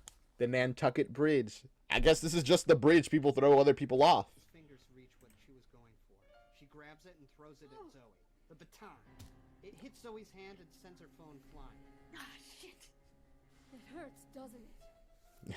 Yeah. Linda pounces on Zoe. Oh, God. And the two tumble into the shadowy backstage of the Star. On stage, the remaining acts play out. Gerald, noticing River's been gone too long, turns to his other sons. I'm gonna go get your brother. Gerald steps into Yeah, the bathroom, glancing under the maybe he fell in the toilet. stall doors, in search of River's shoes. River, you piss all over yourself again? Again? Oh, There's no. nobody in the bathroom at all. Huh. Who the hell is that kid? His phone buzzes. He checks the caller and answers. Linda? On the other end, Linda ducks behind a curtain. Oh. For God's sake, shut up and listen to me. Oh, so that's what she's doing. I was like, Linda? It's like she's in the middle of a fight right now. River's been kidnapped. Zoe's crazy cop boyfriend has him in the back of the squad car in the parking lot. Go get him. I got it. I'll kick his ass. He has a gun. Kick hers. Love you. You are not gonna win this. He has a gun. Outside, He's a cop. key lights illuminate the parking lot. Gerald weaves through God, the he's a parked cop. cars looking for Sam. Shit. Backstage, Linda crawls behind a stack of flats as Zoe limps around looking for her. Linda's phone buzzes. Do you have him? No, can't find the fucking car. Like you can never find your glasses? Look harder. I'm telling you, Linda, there's no squad car out here. Realizing the car must be unmarked, Linda tries to... Ah, yeah, that would be a. Oh, I thought it was just he just like drove away. I guess yeah, the unmarked police cars are a thing. Yikes. think of something. Then a small glimmer catches her eye. Under a nearby workbench, she spots Zoe's bedazzled iPhone. All right. The car's about to honk. Then he's going to get out. When he does, get him. Linda hangs up and rolls for the phone. Inside the unmarked squad car, Sam sits in the front seat, awaiting How did Linda? I'm surprised she got away from Zoe so easily. instructions. Then, bing! He gets a text from Zoe's number that reads, "Honk the horn." Sam thinks. He texts back, "Why?" Before long, he gets a response. "'Cause I said so." He shakes his head and turns to Fair look enough. at River through the partition. Women, right? He shrugs and lays on the horn for a good 5 seconds. River's like, how? Outside, Gerald spots the car. Back in the driver's seat, Sam gets another text from who he thinks is Zoe. This one reads, "Now get out of the car and close your eyes." Sam considers it, smiles, and replies, "Will I get a big surprise if I do?"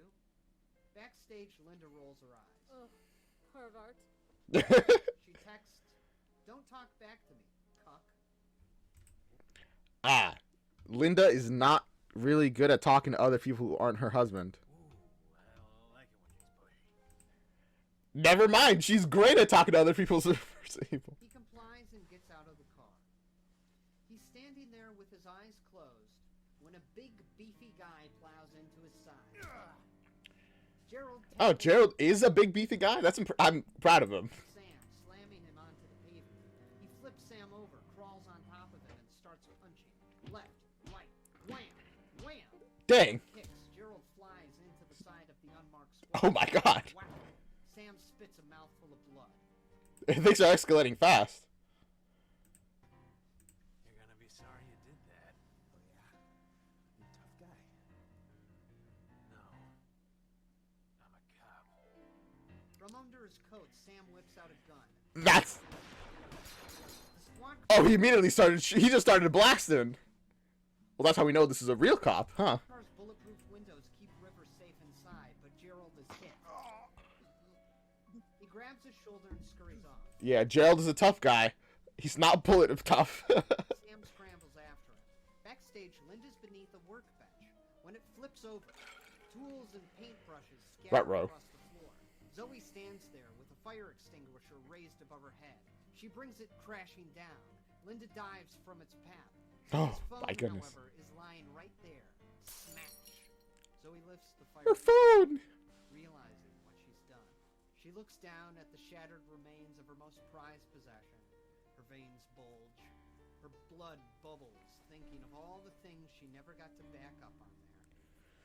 No! She whips around to find Linda ascending a ladder to the catwalk above. Zoe follows. In the parking lot, Sam shuffles through a line of cars, looking for Gerald, his gun at the ready. Oh, Gerald... I thought he dragged Gerald away. I must have misunderstood that. Okay. Where are you? You think you can hit a cop and walk out of here alive? Oh. On the ground, Sam notices a trail of blood.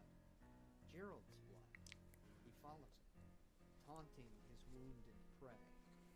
And it's not just gonna be you. Oh, Gerald. Kill River, and your other frats. And I'm gonna put a bullet in your wife's skull. Sam comes to a turn in the trail of blood, where Gerald seems to have ducked between two cars for cover. Gerald is about to outsmart this guy, huh? He supposedly he's a brute. We'll see about that. But I'm gonna start with you. He rounds the corner, gun first, but to his surprise, there's no one there. Instead, Gerald's blood-soaked dress shirt lays on the ground. Huh? Trail of blood leads here. Bonk. Bloody shirt, but no guy. Well, this is a head scratcher. Man, am I just a shitty cop? Yeah, you are. The lights on Gerald and Linda's SUV ignite. Oh. The engine roars. Gerald You know what? That's admittedly a little smarter than my thought of just going behind him and hitting him again. Because he already tried that, and he got shot for it, so... slams down the gas pedal, and the vehicle charges forward, heading straight for Sam. He fires his gun. The SUV's windshield shatters. The car plows into Sam and crashes into the Whew. side of a beige sedan. That could have been really bad. Sam is crushed.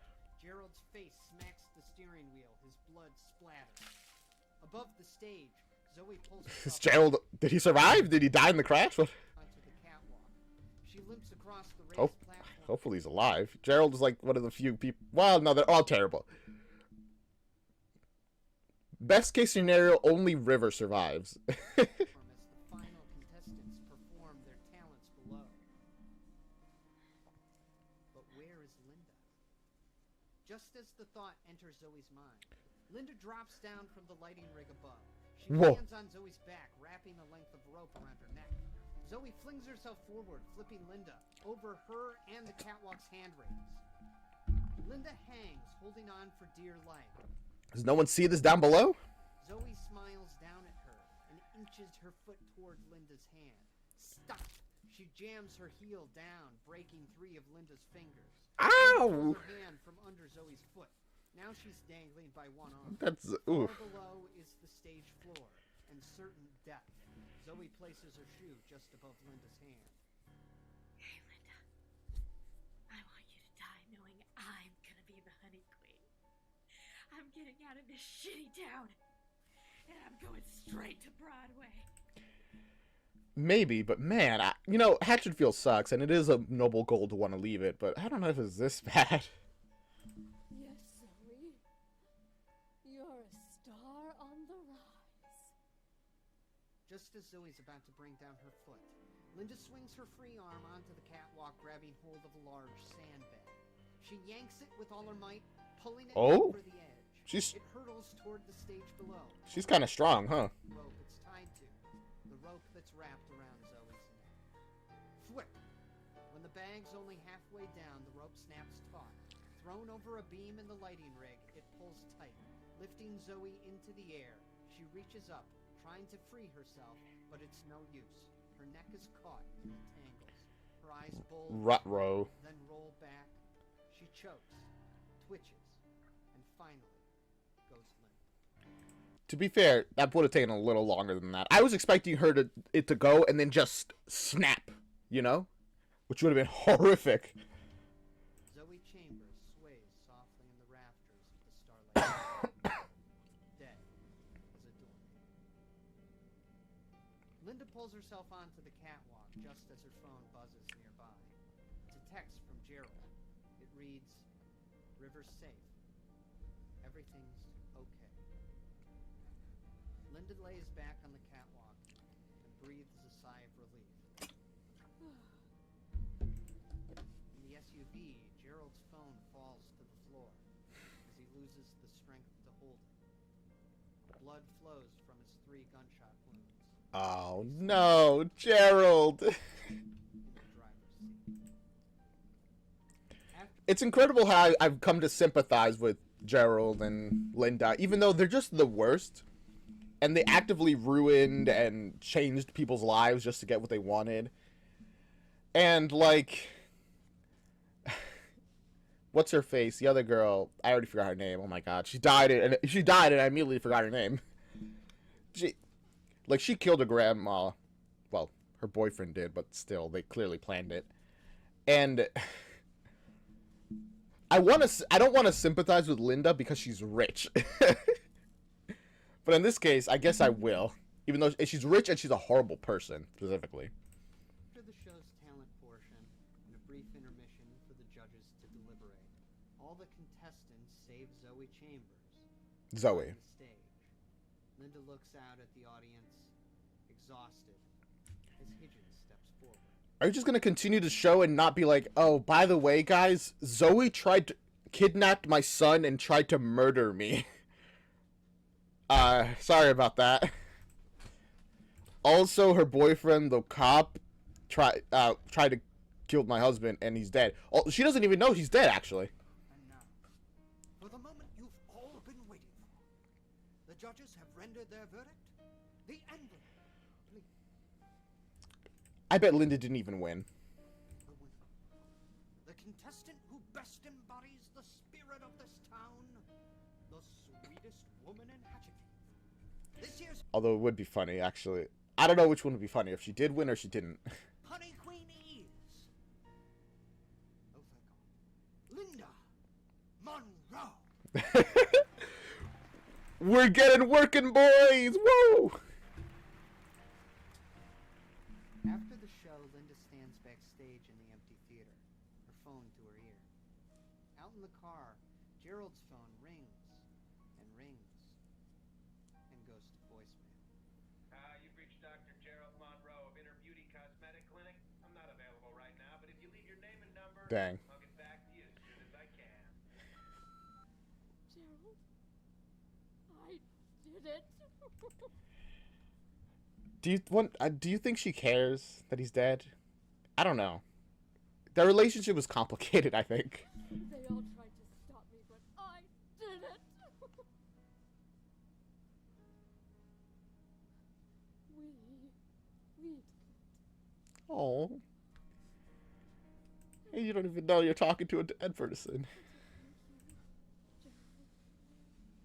For believing in me. I know I'm not the easiest, person to live with. I can be cold and cruel. And I don't remember the last time I said it, but I love you, Jared.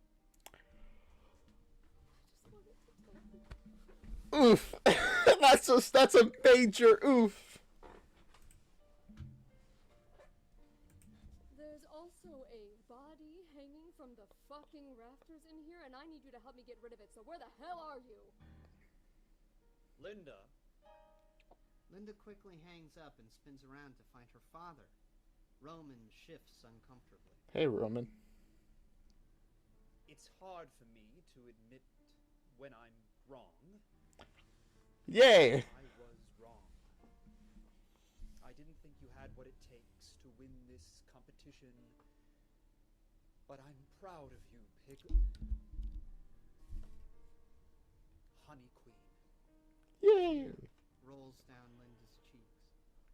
For 36 years she's tried to earn his respect, and now, at long last, she has it. My emotions are so complicated right now. But I'm happy for her, at least. Come with me.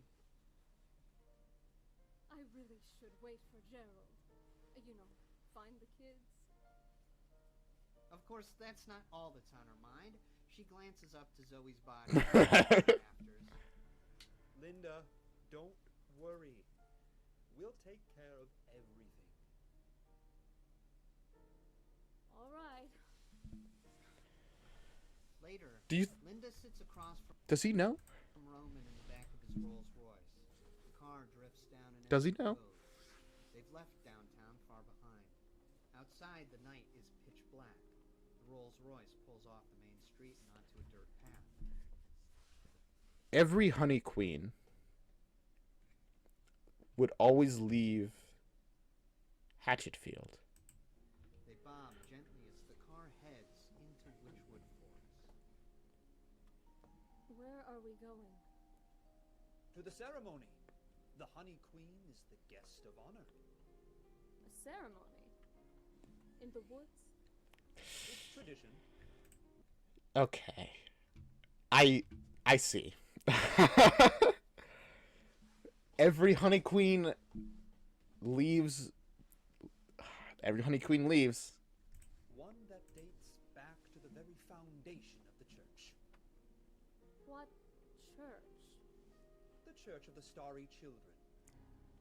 A shudder runs down Linda's spine at the sound of I thought the Church of the Starry Children were gone. the name. They may be gone, but through us they live on.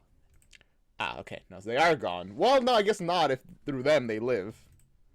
You see, the Honey Festival is about more than an overblown street fair and a silly talent show. It's about ringing in the season. The season of Niblinefim. Outside, Niblinefem. Okay. Nibbly. a nighthawk screams. A timber wolf howls. It's as if the whole forest is alive. Alive and hungry. I have no idea what you're talking about. You will. Very soon. The car rolls to Here we are. The chauffeur opens her door and Linda steps outside. Honestly, I should have known. I really should have known something like this would happen at the end. Great foreshadowing as well, with like mentioning how all of them have gone away, like the honey queens.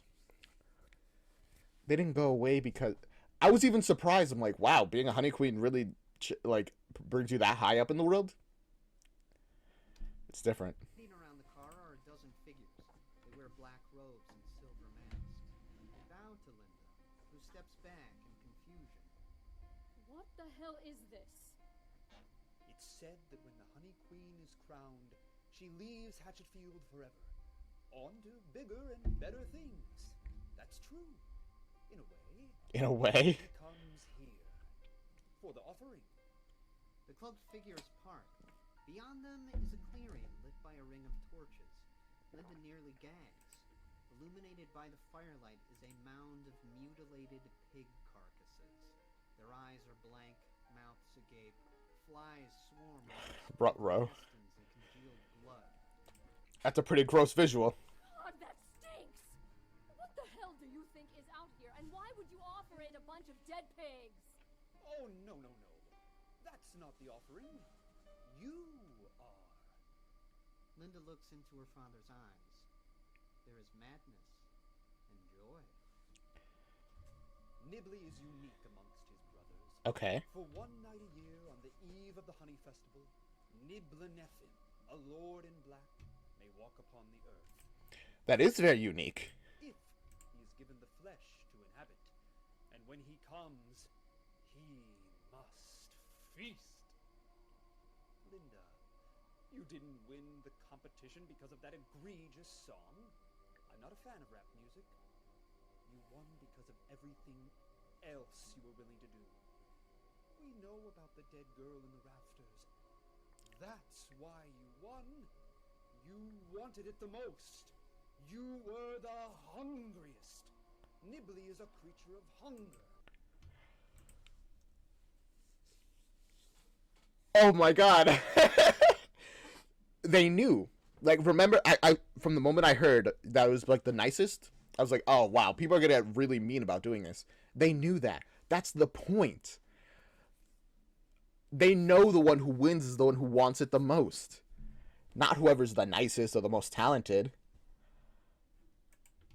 Of desire, passion. That's what makes you taste so sweet to him. The sweetest woman in Hatchetfield. The cloaked figures. Oh. The sweetest tasting one. Grab hold of Linda. They yank her arms behind her back and secure her wrists with a zip tie. What do you think you're doing? Get your hands off me! Linda, don't embarrass me. You wanted to be the Honey Queen, and that comes with certain obligations. The masked cultists drag Linda towards the pile of What a situation to be like, don't embarrass me. I'm trying to sacrifice you. Gerald, help me! Gerald can't help you now. He's dead. But don't worry about the boys. In exchange for our offering, Nibley will gift us wealth and power. We will raise your sons to be strong, charismatic men. Just like me. Oh, that no is like, oh, being like you, that's the worst. Farewell, Honey Queen. Blessed she be. Thank you for... Is that why they're rich also? Because they keep doing the sacrifices? This bountiful harvest. And the farm was said to mock it with you. The cloaked maniacs. A piggy. Oh my god. Everything's coming together and it's blowing my mind. Throw Linda to the ground before the mound of corpses. They chant words in a lost language from beyond time and space. Linda watches in horror as the dead pigs writhe with terrible undulations. Ew. Some internal heat makes the pigs' eyes burst in their sockets. Their skin bubbles. Their bodies collapse. Then the flesh rolls into a new shape. A creature. A furry pink nightmare. Hundreds of pig teeth coalesce at the end Okay, so this is the other way around. I kind of thought that you were going to possess her. Never mind, though. of its worm-like neck to form a grotesque smile. Well, I mean, obviously, they said that the pigs weren't the sacrifice. The mouth tears open, and the Lord in black roars into the world. Oh, the mouth one. Yeah. Mouths is just gross. Oh my god! Niblenethrin licks his huge lips and smiles down at his offering. Hello, Linda. Nibley grabs hold of her and lifts the screaming woman to his hungry, drooling mouth. Linda, yum yum. Ah, come on. Shut, and so ends the reign of Linda Monroe, Hatchetfield's newest Honey Queen. I mean, I guess it all makes sense in hindsight. Like, yeah. Of course, anyone who is more passionate, because everyone knows the Honey Queen goes off to do bigger and better things. So obviously the people who want bigger and better things will be the Honey Queen.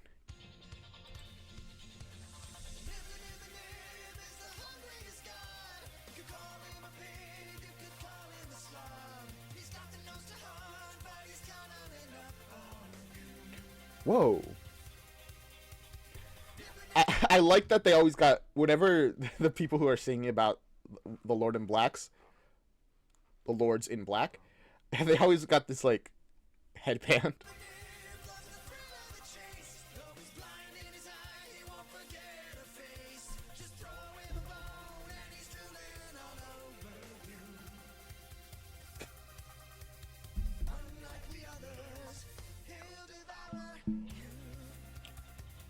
I guess, yeah, unlike the others, none of the other ones can come around to actually eat people.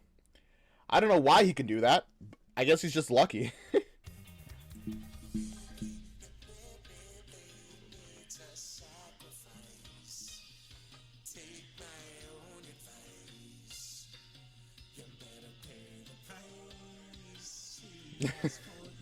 That was...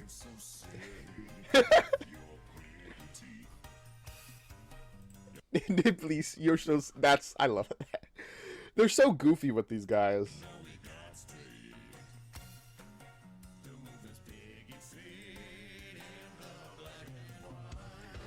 Oh. Seizure warning. Oh my goodness. That's just very disturbing.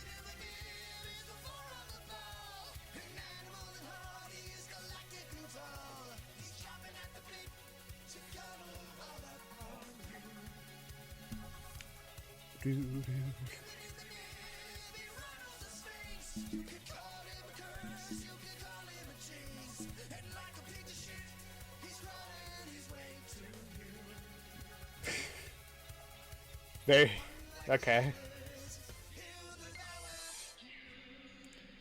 He will devour you, I guess. But wow, that was great. I love that.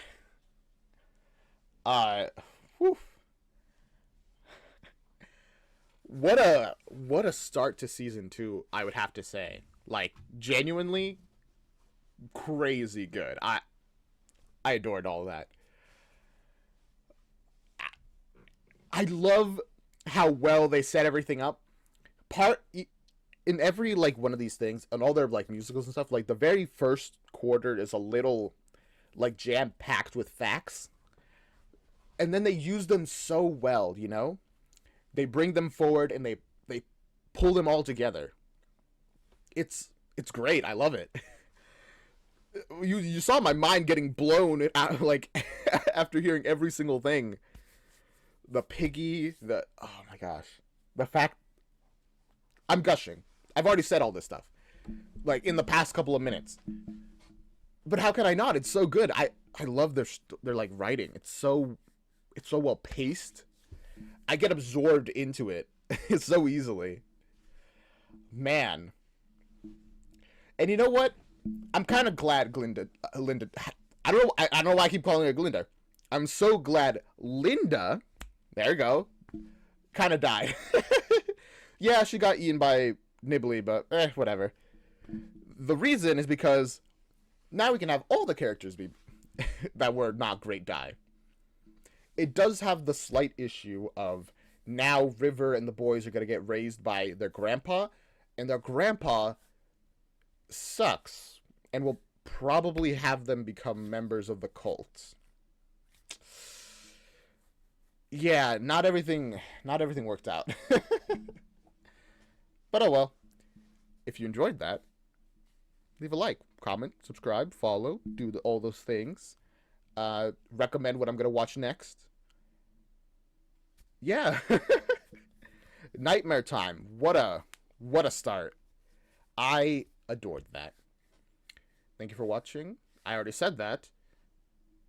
If you want to watch the original on your own, it's in the description. It will be in the description, hopefully, if I don't forget. But yeah, with that, bye-bye. This is the outro song. Doo-doo. This is the outro song. Do do. This is the outro. Outro, outro, outro. This is the outro song. Do do.